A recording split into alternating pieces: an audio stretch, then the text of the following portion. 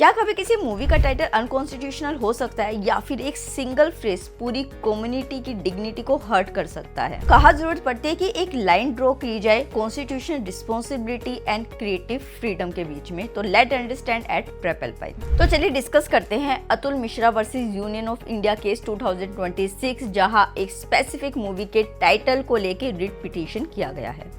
और यहाँ पे आर्गुमेंट क्या था कि एक एंटायर कम्युनिटी को स्टीरियोटाइप और विलिफाइड किया गया है। ऐसे समझेंगे कि इंडिया जैसे एक ऑर्केस्ट्रा है जहाँ पे डिफरेंट रिलीजन्स है, कास्ट है, लैंग्वेज है, रीजन्स है, और उस ऑर्केस्ट्रा में हारमोनी की जरूरत है ताकि साउंड क्रिएट किया जा सके।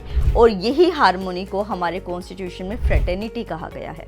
और सुप्रीम कोर्ट ने ये कहा है कि किसी भी कम्युनिटी को विलिफाई करना on the basis of caste, language, religion, region, ये कॉन्स्टिट्यूशनली गलत है, क्योंकि हमारे प्रियम्बल में फ्रेटर्निटी कोई डेकोरेटिव वर्ड नहीं है। ये एक ग्लू का काम करता है to bind equality and liberty. Constitution assembly debates में भी डॉक्टर बी.आर. अम्बेडकर ने ये कहा था कि इक्वालिटी, लिबर्टी एंड फ्रेटर्निटी एक ट्राइनिटी है जो एक दूसरे से अगर सेपरेट कर दी जाए तो वर्क नहीं करेंगी। अब एक फिल्म मेकर के माइंड से देखते हैं। जब कोई भी मूवी बनाई जाती है वो थॉट्स को इन्वोक करती है, इवन कुछ ऐसे ट्रुथ्स को भी लाया जाता है जो अनकंफर्टेबल होते हैं सोसाइटी के लिए। और उसी के लिए हमारे कॉन्स्टिट्यूशन में आर्टिकल 19(1) के अंदर एक्सप्रेशन की फ्रीडम दी गई है। बट यहाँ पे क्वेश्चन ये रेज होता है कि ये फ्रीडम कितनी है, क्योंकि आर्टिस्ट से कभी भी ये एक्सपेक्ट नहीं किया जाता कि वो एक सेफ आर्ट बनाए। डेमोक्रेसी के अंदर इवन कंट्रोवर्शियल टॉपिक्स को भी एक्सेप्ट किया जाता है। यहीं पे आता है आर्टिकल 19 का सेकंड क्लॉज, जिसमें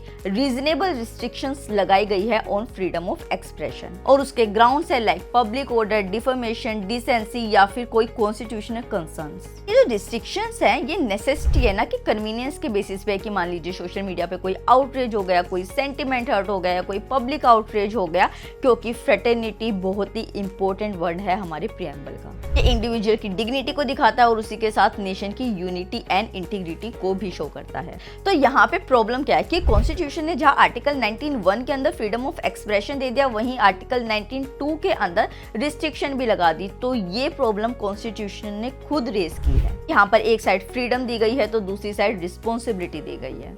कोर्ट का रोल आता है कि वो किस तरीके से इस डेलिकेट रिलेशन को बैलेंस करे। तो for more such videos subscribe to Purple pine.